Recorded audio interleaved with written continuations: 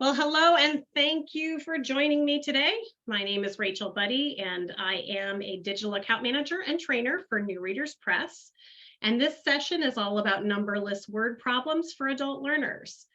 Feel free to hide your video. I'll be doing the same so that I can make sure that you can see what I'm sharing with you.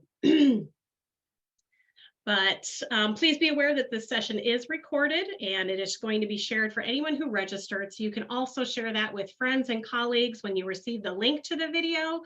And I often get requests for slides to be shared, so we will make sure those are included as well. All right, without further ado, let's begin.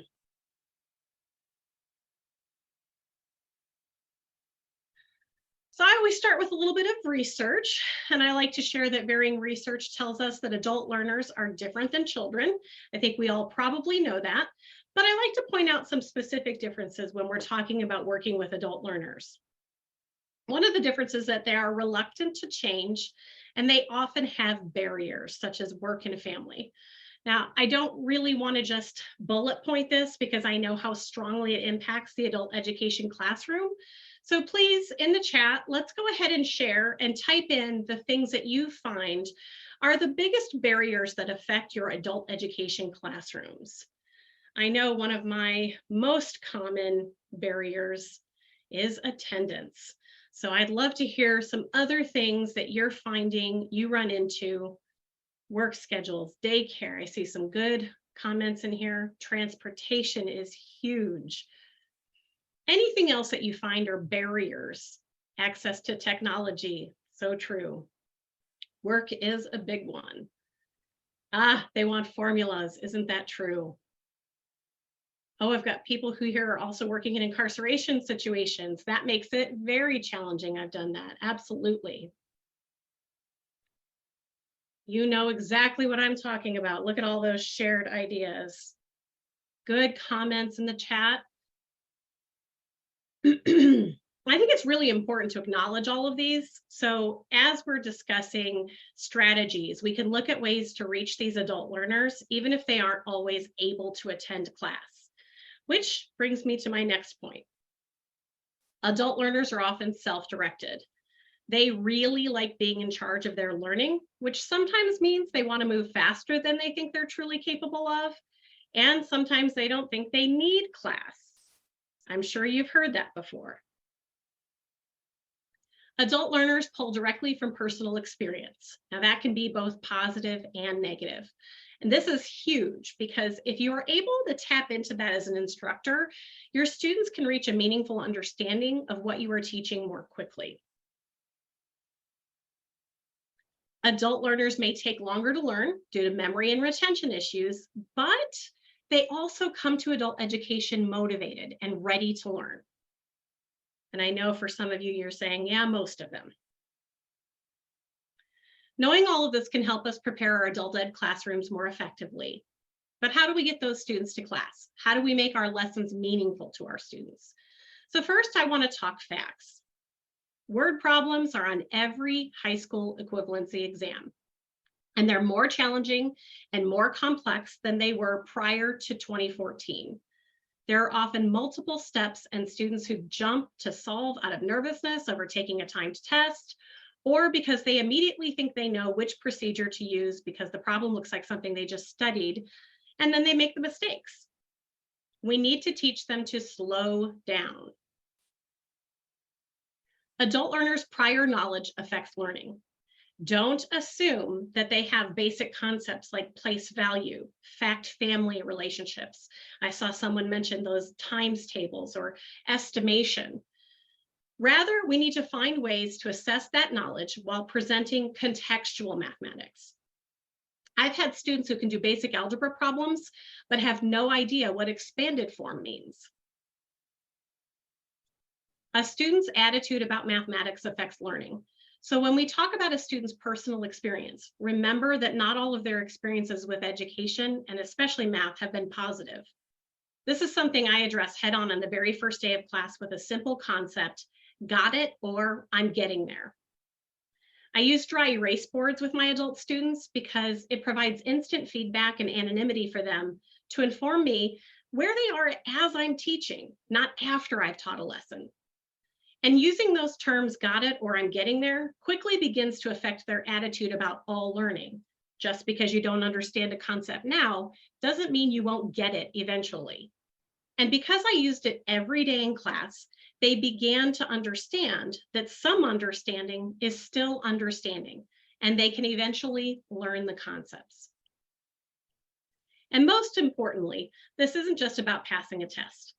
According to the National Center for the Study of Adult Learning and Literacy, as quantitative and technical aspects of life become more important, adults need higher levels of numeracy to function effectively in their roles as workers, parents, and citizens. As teachers, you are affecting these students' lives forever, especially if you make the learning meaningful to their everyday experiences.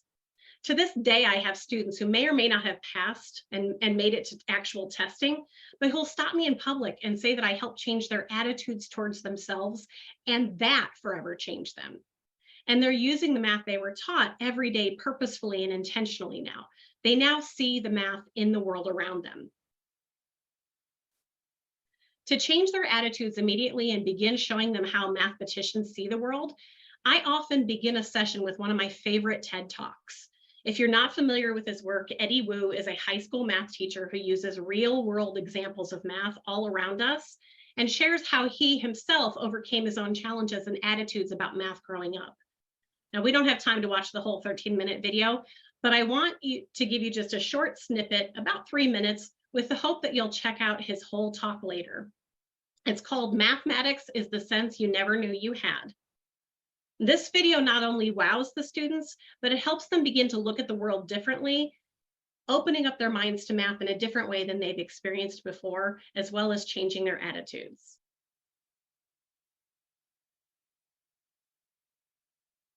I went through an almost identical experience when it came to mathematics. I used to believe that maths was about rote learning inscrutable formulas to solve abstract problems that didn't mean anything to me.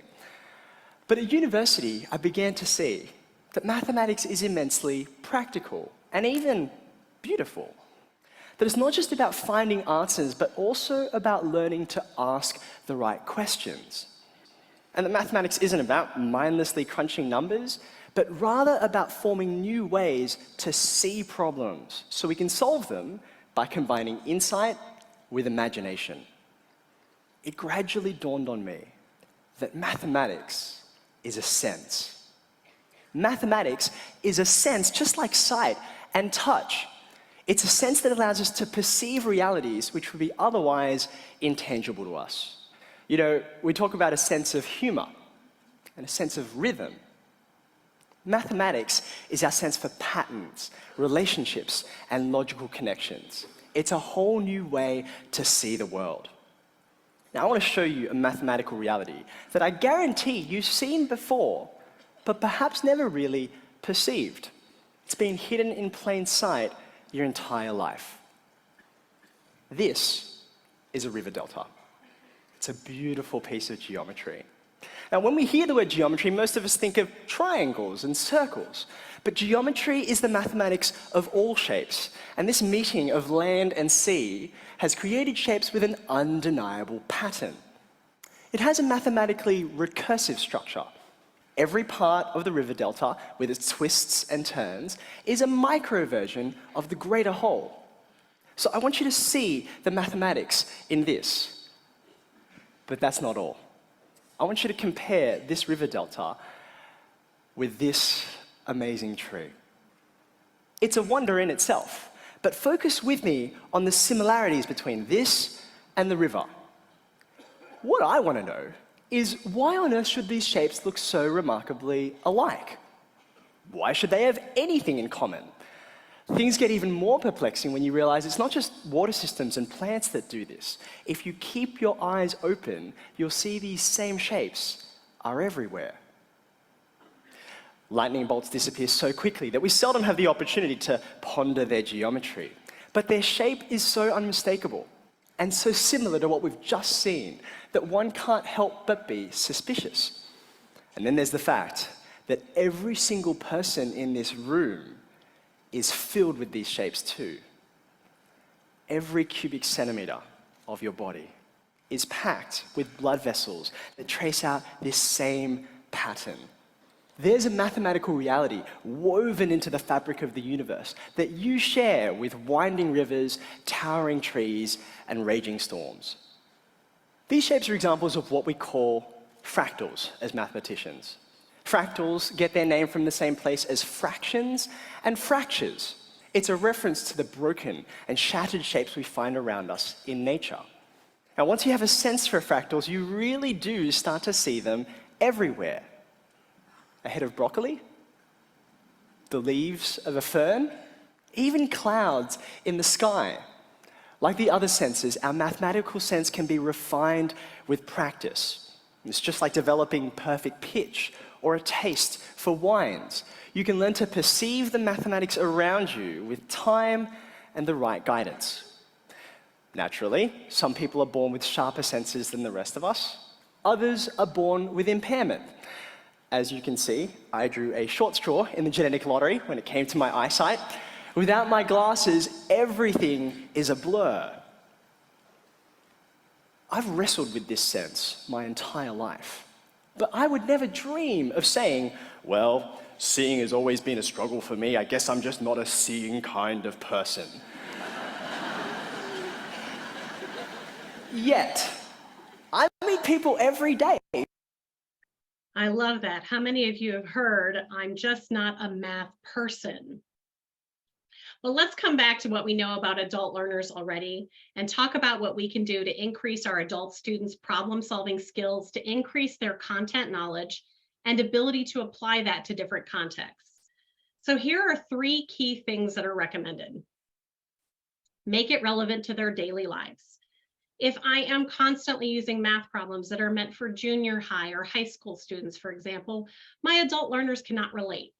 They need to learn how to problem solve with real life scenarios that will impact them from the beginning. Not only will this prove to be more effective for their memory retention and participation, but you will see students coming to class more and therefore learning more. Use all of that personal experience to reach them. Get to know your students. They're adults who buy groceries, pay bills, and use more math than they even realize. So use that to teach them. How? By using authentic, real-world problems that they need and want to understand better. What's cheaper, renting or owning a home? How to save money on groceries? How to buy a car and how to calculate interest rates? Those are just a couple of examples of things students want to learn about. And in the end, those lessons will help students obtain the skills to pass high school equivalency exams while also preparing them for personal and professional experiences. In our Teaching Adults Math resource book, the author discusses how and why math instruction has changed and shares how Common Core, college and career readiness standards, and the 2014 revisions of the 3 major high school equivalency exams affected the way we need to teach math.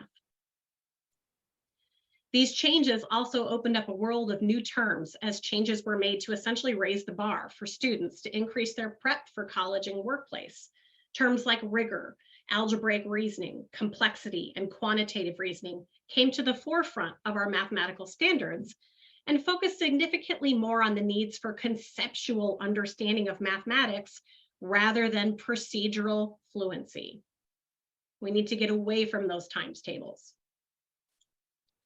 The author tries to define numeracy and identify key components such as flexibility, patterns, representations, relationships, links, estimation, mental math, and modeling, to name a few. You may have even noticed a few of these words in the video we just watched. But let's not dive too deeply into defining numeracy, or we might be here all day. Albert Einstein once said, "The formulation of a problem is often more essential than its solution, which may be merely a matter of mathematical or experimental skill." Let me read the first part of that again. The formulation of a problem is often more essential than its solution. You know, in the United States, we often just give students problems and procedures, then more problems and more procedures and more problems. We don't involve them in the formulation of the problems. Today, we're going to talk about a new way you can help students increase their mathematical reasoning to understand the concepts within math and eventually reach the higher level of mathematical reasoning, critical thinking, and problem solving to perform well on high school equivalency exams or even in life. We're going to use numberless word problems. Yes, you heard me right, word problems without numbers. Why? Because we have to start teaching our students how math problems are constructed to help them understand how they can be solved. One of the ways we can do this is by providing lessons that allow teachers to facilitate the learning while the students construct their own meaning and knowledge of the concepts being taught. Thanks, Albert. Let's start with a simple example of a numberless word problem, and then we'll get into creating larger inquiry lessons. There are several ways to create numberless word problems, and I'll show you a couple of different methods. But the great thing is you don't have to create your own because you can use the materials you already have in the classroom and then use those same materials for students after the lesson. So here's an example taken directly from the Breakthrough to Math series. A birthday cake has been divided into equal parts. Some of the pieces have been eaten. What fraction of the cake is left? So go ahead, you're my students today. Type into the chat, what do I need to know? What things should I be looking for? How will I know what to do with the information here? And probably the most important question you can ask your students, why? Because when students explain their mathematical thinking, they're acting like mathematicians. They're looking at the information they have and trying to find a relationship, a pattern, a representation, or some kind of estimation. Excellent. Keep thinking about the different types of questions that you can be asking your students when using numberless word problems. I like to go beyond the numberless word problem and use what's referred to as a slow reveal approach, giving the students new information about the word problem until we're able to truly determine what to do next. So class, how does this new information affect what we already knew about the problem? Can we perform any mathematics now? What do you think we might do once we have new information? Good. Of course, students should come to the conclusion that we need to know how many of the pieces have been eaten. Notice that I still didn't use an actual number, but the word form of the number 10. This is really important to explicitly teach students not to only look for the numeric form of numbers when reading word problems, because sometimes there's information included that isn't needed at all in number form, and the information that's actually needed is in word form. Okay, so I see lots of questions here. What do I do now? What is the question I'm really trying to answer?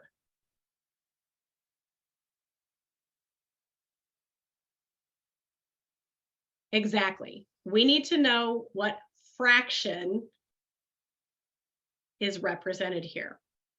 So do we want to know the fraction that was eaten or the fraction that was left over?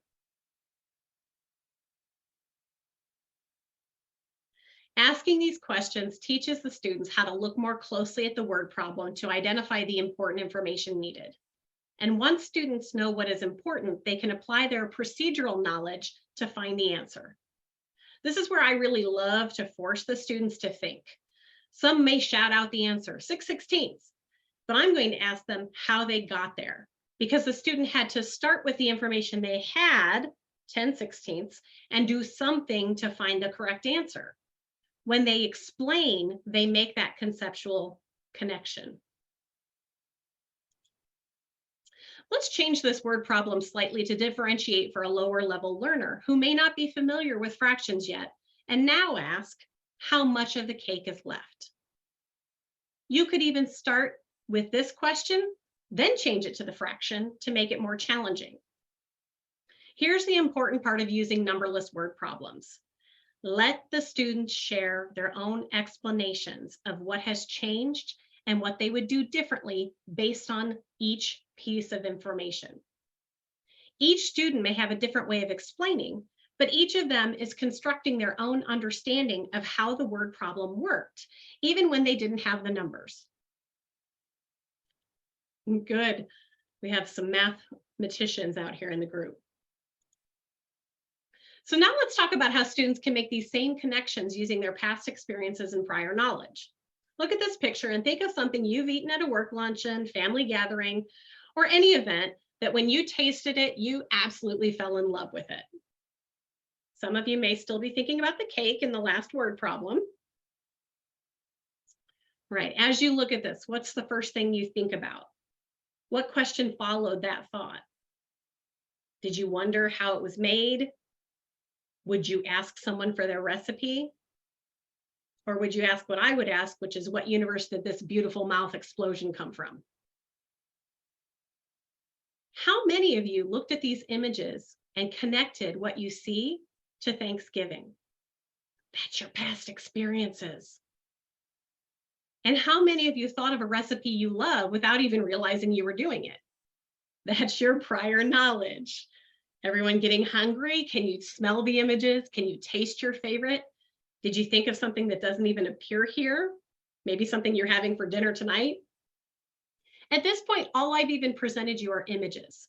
Your minds are already making connections to all of your senses and getting ready to learn something new for your past experiences and your prior knowledge.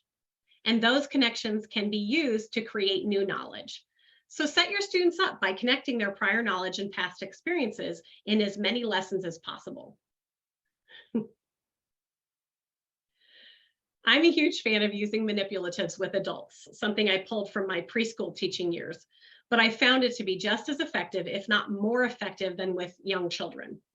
And the best part for me was that I discovered the anthropological research tells us that adult students need hands-on, interactive, visual experiences to best learn new information.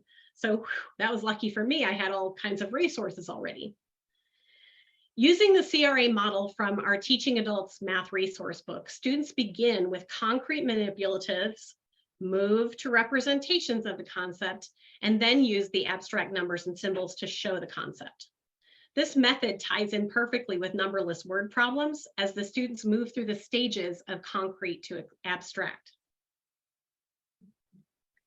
In my classroom, I have sets of manipulatives that I've gathered from varying inexpensive stores that you might not automatically think of as, quote, educational materials.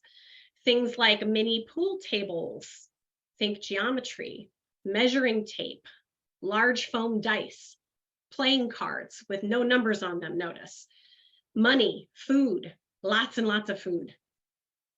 Having hands-on experiences, especially with mathematics for adult learners, is key to making connections with the concepts. When a student can manipulate the math, synapses fire that wouldn't if they were just reading a word problem on paper. And if you want to see students creating their own knowledge and super engaged in the classroom, it might look a little like Vegas at times, but it works. Yes, this is my actual classroom. Notice the giant number line across the back wall. I used that with sticky notes almost every single day because students struggle with number lines too. So let's take a look at our first real life example that many students can relate to immediately, cooking. Is anyone seeing a theme here? What better way to introduce a new math concept? If you have the facilities and are really looking to develop skills quickly, cook in the classroom. I promise your students will love it. It's hands-on, interactive, and they get to eat in the end. This is a simple way to introduce the CRA model with a numberless word problem, measuring cups and spoons. I know, you're already thinking, but they have numbers on them. Well, you're right. That's why when I begin this concept, I cover up the numbers with small dot stickers. So the students can't see them. Then I tell the students something like, oh, today we're making our own overnight oatmeal. This is just one of the examples of something I might use. I might have them watch a video like this, which you will notice has absolutely no measurements in it and no recipe.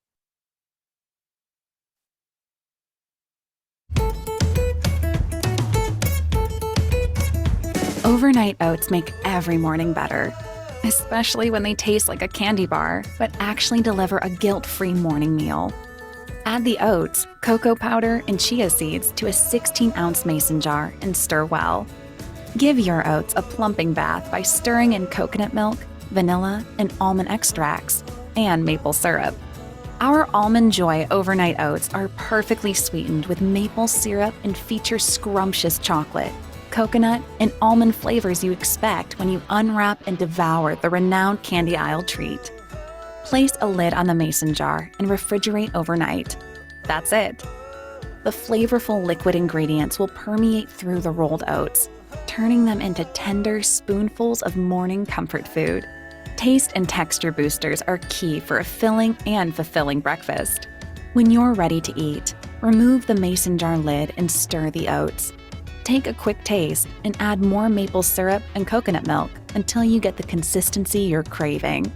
Balance the creamy texture of the oats with a modest handful of crunchy sliced almonds, shredded coconuts, and miniature chocolate chips. These overnight oats are so simple and to die for candy bar delicious. Sliced almonds give your candy bar craving the crunchy satisfaction of the soul whole almond you've come to love when biting into the candy bar. What's not to love?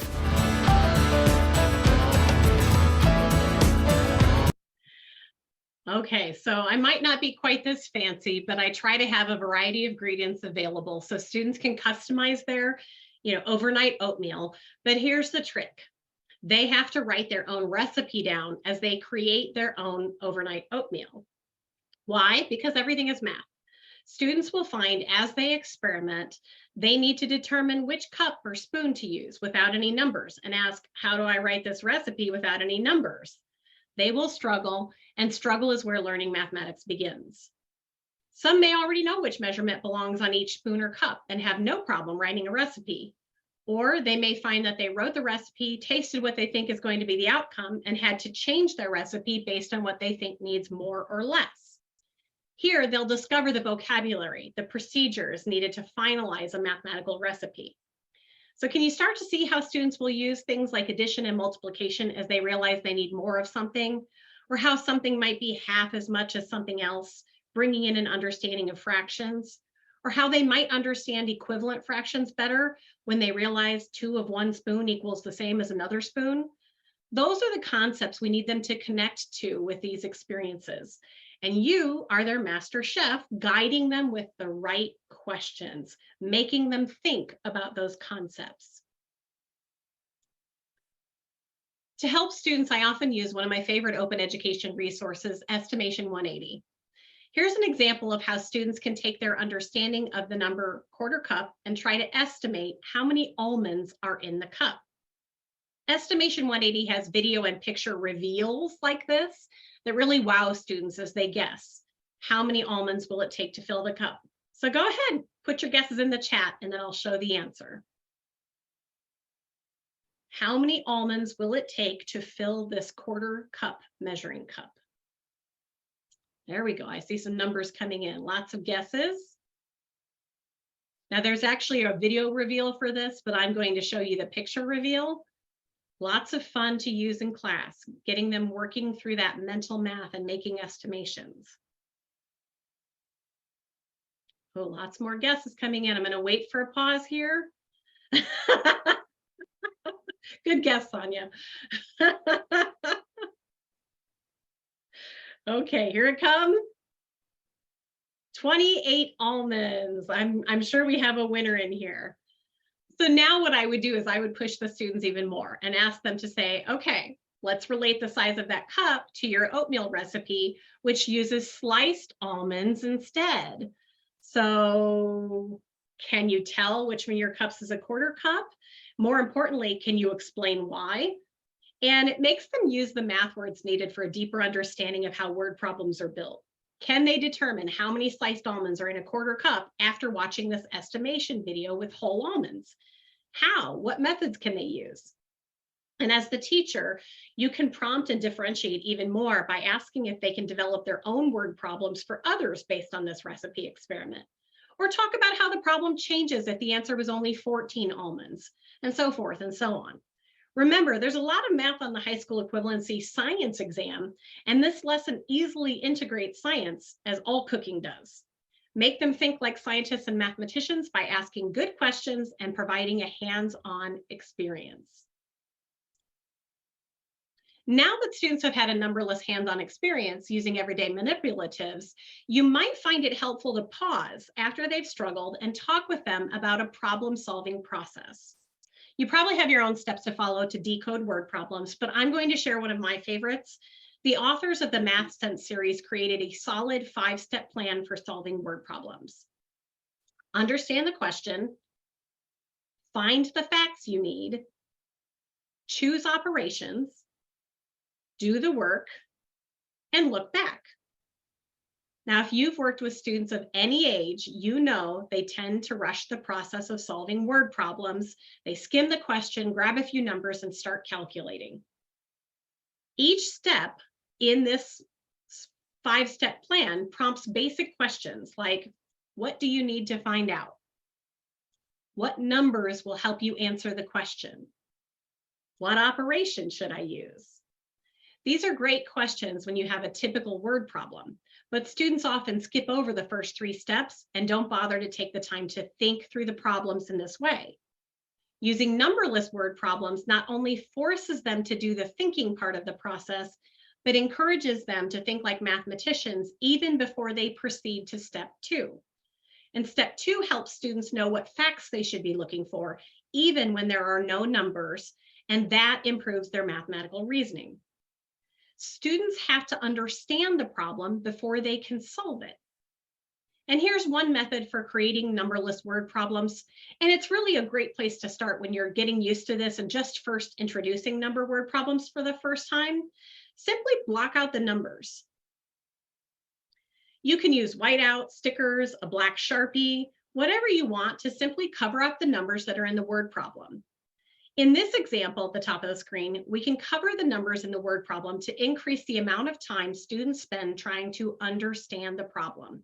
And this step-by-step plan helps students spend time thinking and investigating in steps 1 and 2 before jumping to steps 3, 4, and 5. Let's take a closer look at this word problem without the numbers and brainstorm some questions you can ask students while they're trying to understand the problem. So go ahead, type in your ideas. Think KWL chart. What do we know already? I'd love to hear your ideas for questions.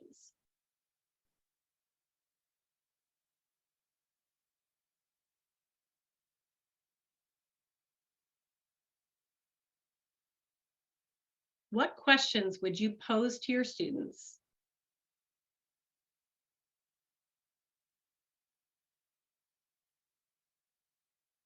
My favorite is always, what question is really being asked here? Sometimes I have them work backwards and start with that very last piece first before they even look at the rest of the problem. What do they mean by only? So you want to make a point to really look at the vocabulary in the question, even though all you're doing is taking out the numbers. Step 3 is another crucial step for students to learn the vocabulary in math operations.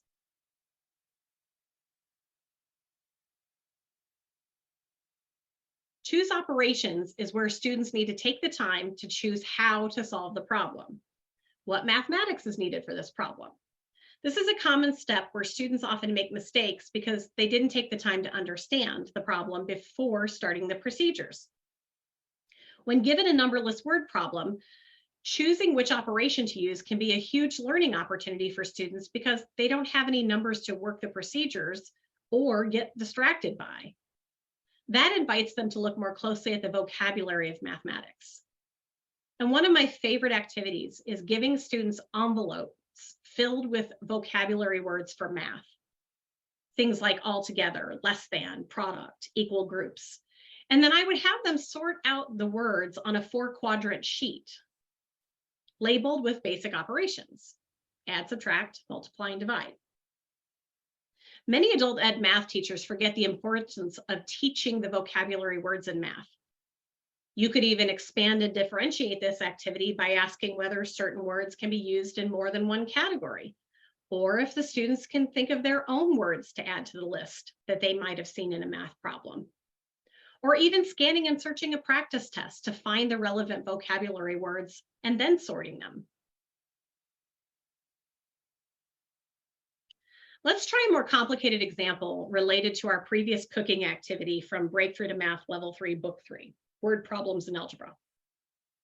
This time I'm going to show you the word problem I'm starting with and how I worked backwards to make the problem numberless. And rather than simply blocking out the numbers, I'm actually going to reword the problem to provoke deeper thinking about the math possibilities. Remember, there's usually more than one way to solve a math problem, and that's what we want students to understand. In class, I'd present this image, but replace the text just as I am today. First, I look at the final question to decide if I can just remove the number or add a word like enough to the question. Now I work backwards to eliminate the numbers piece by piece and replace those with sensible verbiage. Until finally, I have a completely numberless word problem. I then arrange the pieces so I can slowly reveal them to students. As students look at this question, they can work through the problem-solving steps to figure out what information they need, and we can reveal certain pieces of information one by one. What question is the problem truly asking? What facts does the problem give? This is where you're really priming the students' critical thinking, problem-solving, and mathematical reasoning skills. They have to ask themselves, what facts do I need? Are there any word clues in the problem? Going back to the importance of that vocabulary. And what do I need to do to get the answer? Finally, what math procedure do I need?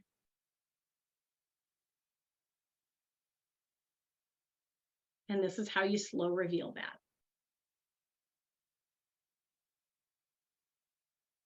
Now let's go back and talk about ways we can take this one numberless word problem and extend our problem solving skills. One way is to eliminate the last part of the question. This helps students make the connections to the relationships within the problem, in this case, a proportional relationship. Students may even start throwing out numbers as examples, which can prompt important questions like, well, will there be more milk or more servings? And when you bring the final question into the problem, students will better be able to identify what they are actually trying to solve. How much milk is needed? They'll also be able to understand how the original relationship affects the question being asked. You could provide a variety of numbers that students are given randomly or not so randomly if you're trying to differentiate to higher and lower level students, or you could vary the numbers using only whole numbers or all fractions or mixed numbers to increase or decrease the mathematical concept knowledge. Preparing the questions you'll ask students ahead of time helps you develop a deeper understanding of the word problems. What do we already know? What information do you need to understand the problem better? What math can you see in this problem even without the numbers? How does the new information you see affect what you already know? And if the numbers change, how will this affect your answer? This also regulates the student's desire to just calculate when approaching word problems, because students can form good habits of thinking before solving.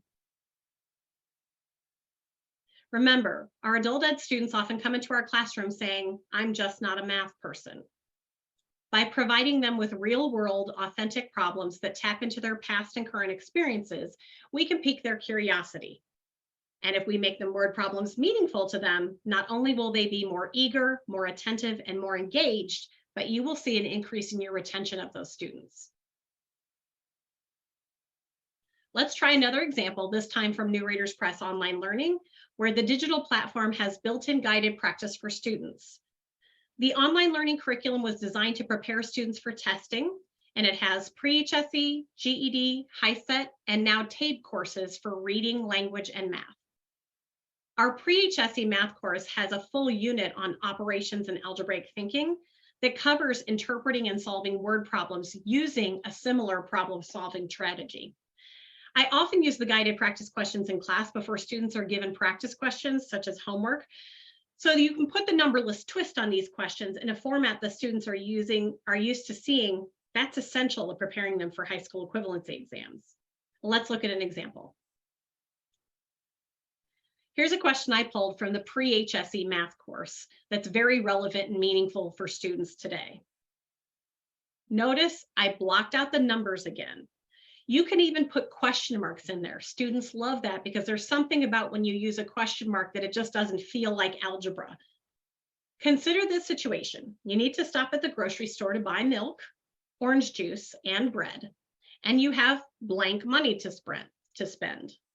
The milk costs blank, the bread costs blank, and the orange juice costs blank.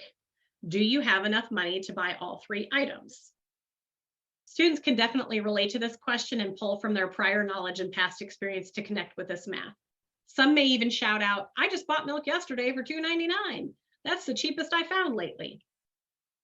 Take your time talking about the word problem and prompting the students either by sharing a wonder or asking them what they wonder. One of my favorite ways to work with math like this is by taking a simple numberless word problem and creating an entirely hands-on interactive lesson. Now, I'm just starting with one problem here, but after analyzing this numberless word problem, I might give them newspaper ads from local stores, or even have them search using their cell phones to find actual prices from different stores. This is one of my favorite activities because it can be done any time of the year, and you can connect this for all levels of students with many concepts in math. Holidays are always fun because everyone's buying groceries. Think about that Thanksgiving meal I showed you earlier. This can center around a decimal place value lesson or an introduction to writing equations, or even a ratio or proportion lesson, especially if they also needed to figure out how many people they could feed with milk, bread, and orange juice. I could even have students write equations to represent the math using letters that represent the milk, bread, and orange juice. They love this, by the way. Or you can discuss different ways they can calculate the answer, add or subtract. We could even take this to a place of charting the different prices from different stores or graphing the changes in prices for the items over time. So many ideas can come from one simple problem. Speaking of charts, another concept I find students in all NRS levels struggle with is visual literacy. Understanding how to read, interpret, and understand charts and graphs is important for the high school equivalency exam, science exam, social studies exam, math exam. And here's another word problem I took from NRP Online Learning that forces students to look at these visuals differently. So not only am I making this graph numberless, I'm also turning it into a slow reveal graph where the important information is hidden at first as well, not just the numbers. And as we begin, we can make observations about the graph and ask questions. For example, which bar is higher and what do they represent? And each click will reveal new information to the students and further the discussion. What information do we have now? Do we know anything new yet? Can we do any math? How about now? What facts do we have to work with as each piece is revealed? Can we answer the question now? And finally, how can we answer this question? Slow reveal graphs are a fun twist on numberless word problems that apply the same slow down idea to charts and graphs, training students how to look for the important information and where to look for it in order to solve a problem. With each click, students are waiting and searching for key information, all the while learning how important each piece of information is on a chart or graph. Let's try one more, this time from our GED math course in online learning, and it's a multi-step, multiple source problem. Suppose Greg plans to drive from Los Angeles to San Francisco, but he needs to rent a car. Greg knows that gasoline costs about per gallon. Sorry, folks, but gas prices have definitely gone up. What would be the cost of driving the various rental cars based on distance, gas mileage, and gas prices? Now, I love this one because there's really only one number missing in the actual original word problem. Every other piece of this math problem is found on the graph or chart. So after discussing the word problem itself and what is needed to solve, you can again slow reveal pieces of information to find the facts, then decide which operations need to be done. And because there are comparisons being made in multiple steps, students should have a plan of attack before the numbers are even revealed. I hope at this point you're seeing the many ways you can reach students of all levels using numberless word problems. Remember, if you find problems that are relevant to your students' lives, connect to their personal experiences, and are based in real-world scenarios, they will learn. And providing a problem-solving guide to help them work through the processes is key to teaching the understanding of the problem before solving the problem.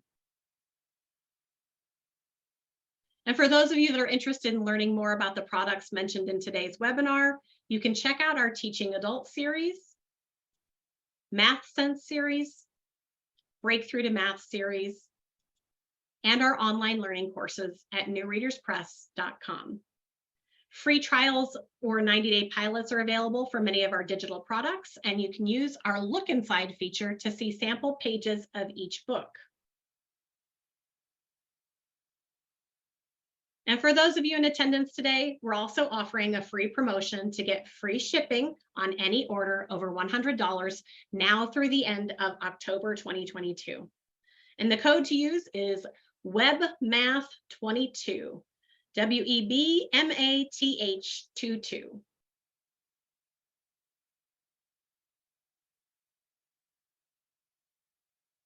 Lastly, I want to make sure you all have my contact information and, of course, a way to reach your local state sales representative. We want to thank you all for joining us today, for all that you do for adult education. You're changing lives, making a difference. We appreciate you and your support of Pro Literacy and New Readers Press. Have a great day, and if anyone wants to stick around, I'm going to show you how to go through our website with the last few minutes that we have available. And this link takes you directly to finding our sales rep, which is right up here in the top row.